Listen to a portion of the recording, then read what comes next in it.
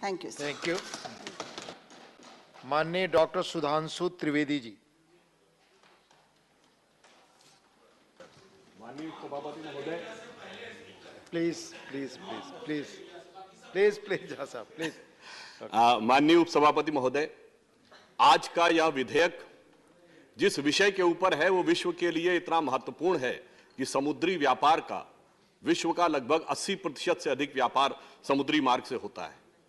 तो मानी हुई बात है कि वहां की सुरक्षा सुनिश्चित करना विश्व और भारत के व्यापार की सुगमता और विकास के लिए अत्यंत आवश्यक है। और उसमें जो पायरेसी होती है, यानी जलदस्युता के द्वारा उस व्यापार को कितना नुकसान होता है, इस संदर्भ में अमेरिका के कोलोराडो के एक अर्थ फाउंडेशन ने एक असेसमेंट किया था। उसके अनुसार जलदस्युओं के द्वारा यानी मैरीटाइम पायरेसी के द्वारा औसतन दुनिया में 7 से 12 बिलियन डॉलर का अर्थव्यवस्था में नुकसान होता है। इसका अर्थ यह हुआ कि इस चीज का सभी देशों के विकास पर क्या प्रभाव पड़ता है। और जहां तक भारत का प्रश्न है, तो हम जानते हैं कि दुनिया में पायरेसी की दृष्टि से, मैरीटाइम पायरेसी की दृष्टि से 10 सबसे संवेदनशील जो स्थान अंकित किए गए हैं, उसमें से कई स्थान हिंद महासागर में है। खासकर इंडोनेशिया और अदन की खाड़ी के क्षेत्र इस दृष्टि से अत्यंत संवेदनशील माने जाते हैं। भारत के लिए तो एक और उल्लेखनीय बात है, हम दुनिया में इकलौते राष्ट्र हैं जिसके नाम पे एक महासागर है, हिंद महासागर और द इंडियन ओशन। और ये एक ऐसा क्षेत्र है जहां दुनिया का 70% से अधिक व्यापार कवर्ड होता है। और यहां भारत के सामरिक हित भी जुटे हुए हैं और आर्थिक हित भी जुटे हुए हैं। स्थिति कभी कभी यह भी हो जाती है कि पिछले दिनों में इस तरह के समाचार आए थे कि अदन की खाड़ी के पास जलदस्युओं के आतंक के चलते हुए भारत के मालवाहक जहाजों को नौसेना के द्वारा एस्कॉर्ट करना पड़ता है, यानी नेवल एस्कॉर्ट की जरूरत पड़ती थी। इस कारण से मुझे लगता है कि इस विषय पे बहुत गंभीरता की आवश्यकता है। यह इतना बड़ा क्षेत्र है कि इसमें लगभग 66,000 किलोमीटर से अधिक की दुनिया के भिन्न भिन्न देशों की कोस्ट लाइन आती है। वर्ल्ड का मेजॉरिटी ऑयल प्रोडक्शन का एरिया हिंद महासागर के क्षेत्र से जाकर गुजरता है। और भारत के संदर्भ में तो कहा जाए 90 से 95% का हमारा ऑयल का ट्रेड इसी क्षेत्र से जाकर जाता है। 68% हमारा टोटल वॉल्यूम इसी क्षेत्र से ट्रांसपोर्ट होता है। और एक अन्य दृष्टि से भारत के लिए बहुत महत्वपूर्ण यह हो जाता है कि जो शिप ब्रेकिंग इंडस्ट्री है, इसमें हमारा ग्लोबल शेयर 30% है, जो बहुत महत्वपूर्ण है। और कहीं ना कहीं उसका भी ट्रांसपोर्टेशन इसी क्षेत्र से होता है। अतः जहाजों की सुरक्षा हमारे लिए एक बहुत इंपॉर्टेंट इशू बन जाती है। इसके अतिरिक्त इस क्षेत्र में बड़ी व्यापक खनिज संपदा इत्यादि भी पाई जाती है। जहां तक हम ये कहना चाहेंगे कि सिर्फ पेट्रोलियम प्रोडक्ट ही नहीं, हम लिक्विफाइड नेचुरल गैस के सबसे बड़े इंपोर्टर्स में से एक हैं, 4th लार्जेस्ट इंपोर्टर हैं, जो 45% एरिया हमारा इसी क्षेत्र से होकर आता है। और वर्ल्ड का जो मैरीटाइम ट्रांसपोर्टेशन है उसका 11% क्रू भारत से आता है। तो इससे यह समझ में आता है कि भारत और भारत से जुड़े हमारे सामुद्रिक व्यापार के हित कितने अधिक महत्वपूर्ण हो जाते हैं। अब इसमें कानूनी रक्षा कवच की बहुत आवश्यकता थी, जो यह बिल प्रोवाइड करने का प्रयास करता है। इस संदर्भ में वैसे तो कानून के जानकार हमारे प्रतिपक्ष में भी और हमारे सत्ता पक्ष में बहुत लोग बैठे हैं। मुझे एक ऐसा स्मरण आता है कि एक घटना है पुरानी, जिसकी वजह से समझ में आता है कि कानून यदि इस विषय पे मजबूत ना हो तो क्या समस्या होती है। 2005 का MV एलेंड्रा रेनबो केस, ध्यान होगा कि एक जहाज जा रहा था जो पनामा से जापान की तरफ जा रहा था। भारत के समुद्री क्षेत्र के पास पता चला अंतर्राष्ट्रीय एजेंसी से कि उसके ऊपर जलदस्युओं ने कब्जा कर लिया है। भारत के कोस्ट गार्ड ने जाकर उनको हिरासत में ले लिया, उन पे मुकदमा चला। 2003 में लोअर कोर्ट से उनको सजा हुई, परंतु 2005 में मुंबई उच्च न्यायालय से वो टेक्निकल ग्राउंड्स के ऊपर छूट गए। और उस टेक्निकल ग्राउंड में एक टेक्निकल ग्राउंड ये भी था कि जो टेरिटोरियल वाटर है हमारा, वो जिस जगह से पकड़े गए हैं वो टेक्निकली भारत के जुरिस्डिक्शन में यानी भारत के लॉ के परव्यू में आता है या नहीं। इससे समझ में आता है कई बार बड़ी बड़ी घटनाओं से कारण हुई असुरक्षा भी कानूनी सुरक्षा कवच अगर बेहतर ना हो तो उस कारण से समस्या आती है। और मैं कहना चाहूंगा कि इस बिल ने यह करने का प्रयास किया है।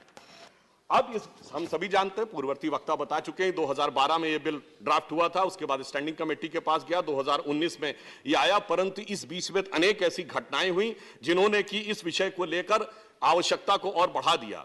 जब 18 लोग किडनैप किए गए थे नाइजीरियन कोस्ट गार्ड से दिसंबर 3, 2019 को, इस ढंग की अन्य घटनाएं होती रहीं और उसी बीच में 18 इंडियंस जो थे वो किडनैप हुए और किडनैपिंग की घटनाएं उत्तरोत्तर बढ़ती चली गईं। इसलिए आवश्यकता महसूस हुई कि इस प्रकार का एक बिल होना चाहिए। परंतु जब समस्या व्यापक है तो सरकार की उस पर दृष्टि भी व्यापक थी।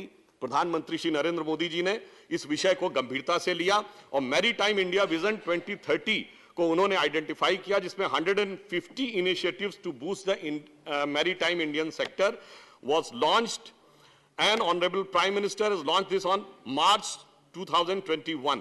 It has drafted the other significant consultation with over 350 public-private stakeholders comprising of the port, shipyard, inland waterways, state bodies, and the vision serves as a blueprint to achieve the accelerated and coordinated target of the development in the India's diverse maritime sector comprehensively, including the 150 initiative.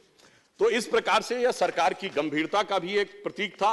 और यह भी बताना चाहता हूं कि हमने जो Sagarmala project और मैरीटाइम इंडिया प्रोजेक्ट लिया है उसमें 20,000 करोड़ रुपए का आगे इन्वेस्टमेंट होना है, जिससे कई लाख नए जॉब भी क्रिएट होंगे।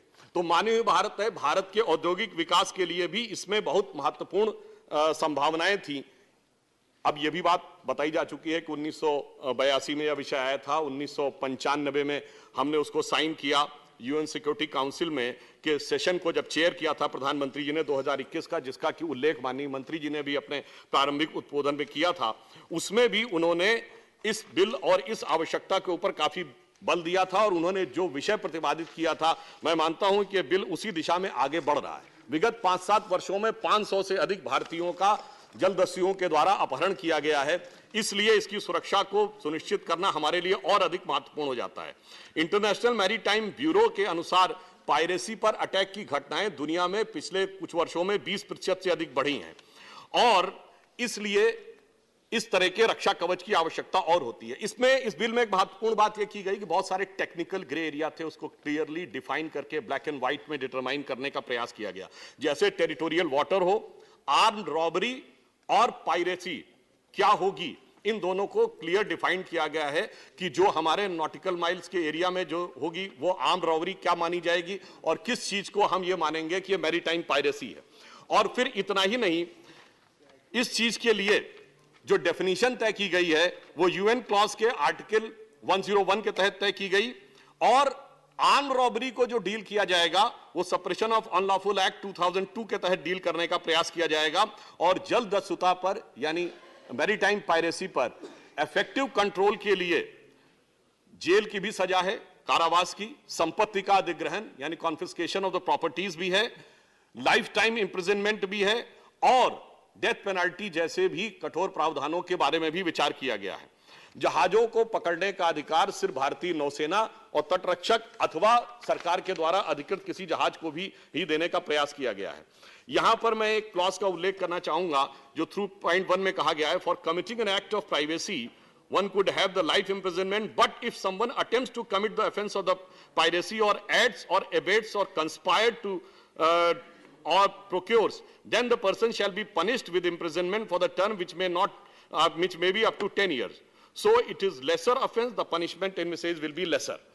अब यहां पर एक चीज ये आती है कि प्रिजम्पशन में किसी प्रकार का कंफ्यूजन ना हो तो उसको भी क्लैरिफाई करने के लिए there were very specific conditions relating to presumptions. The condition number 1 was that the arms, ammunition, explosive and equipment must be recovered. फिर सेकंड डाला गया है there is an evidence of use of force and condition. Then third है there is an evidence of the intended threat, यानी कोशिश की जाएगी किसी प्रकार का आतंक उत्पन्न करने की या कब्जा करने की। Unless these conditions with prima facie show some act of piracy that happen, even there the presumption unless contrary to the previewed. तो इस प्रकार से जो प्रिजम्पशन है उसके अंदर भी ग्रे एरिया नहीं छोड़ा गया है ताकि उस बात को बहुत स्पष्ट रूप से आगे क्या जा सके। मैं एक चीज की और सदन के ध्यान में डालना चाहूंगा कि हमारी सरकार ने इस विषय को मॉडर्न हाई टेक्नोलॉजी के हिसाब से कंट्रोल करने के लिए अगर देखा जाए तो हमने एक मैरीटाइम डोमेन अवेयरनेस सिस्टम बनाया है, जो हमने उसका एक फ्यूजन सेंटर गुरुग्राम में बनाया है, जिससे हमारी मैरीटाइम एक्टिविटीज के ऊपर एक प्रॉपर टेलीकम्युनिकेशन रिमोट सेंसिंग के थ्रू पूरी तरीके से एक नजर रखी जा सके। दुरुपयोग की संभावना नहीं हो सकती है, इसलिए एविडेंस वर्ड का प्रयोग कई बार किया गया है कि पर्याप्त तथ्य और सबूत के बाद ही उसके ऊपर कोई कार्य किया जा सके। अंत में मैं अधिक समय न लेते हुए सिर्फ यह कहना चाहूंगा, विषय की परिधि में रहते हुए ही थोड़ा सा विषयांतर में जाते हुए देखिए, जब हम समुद्र में सुरक्षा की बात करते हैं तो भारतीय नौसेना के जो चिन्ह है, एम्बलम, उस पर लिखा हुआ वाक्य है शन्नो वरुणा, यानी वरुण देवता हमारी रक्षा करें, जो वेदों से लिया गया है। और मैंने इसीलिए कहा थोड़ा सा विषयांतर, परंतु विषय की परिधि में, इस दुनिया में एक और देश है जिसकी नौसेना के एम्बलम पर भी संस्कृत का आदर्श वाक्य लिखा है। वो है दुनिया का सबसे बड़ा मुस्लिम देश इंडोनेशिया, जिसकी नौसेना पे लिखा है जलश्चैव जयामहे, यानी जल में भी मेरी जय हो। तो मैं सिर्फ ये कहना चाहूंगा कि जैसा सामंजस्य इस बिल के ऊपर सत्ता पक्ष और प्रतिपक्ष में दिखाई पड़ रहा है, यदि इस प्रकार के जल के गमन पर हमारा ऐसा ही सांस्कृतिक सामंजस्य भी दिखे तो मामला और सुगम होगा। और एक अंत में, जैसा फौजिया खान साहब ने कहा था, जो उन्होंने कहा था, तो मैं एक बात कहूं, कभी कभी समुंदर में आप जाते हैं तो बड़ा खतरा महसूस होता है और समझ में नहीं आता है कि किनारा कहां मिलेगा, जिसके लिए ज़ौक़ ने एक लाइन कही थी कि ज़ौक़ दुनिया के समंदर में ये कश्ती उम्र की, जिस जगह पर जा लगी वो ही किनारा हो गया। पर अब ये बिल आने के बाद जहां किनारा होगा वहां कानून का सहारा भी होगा। धन्यवाद। धन्यवाद। माननीय श्री राम जी। धन्यवाद मान्यवर। वीके न्यूज, राष्ट्र के नाम।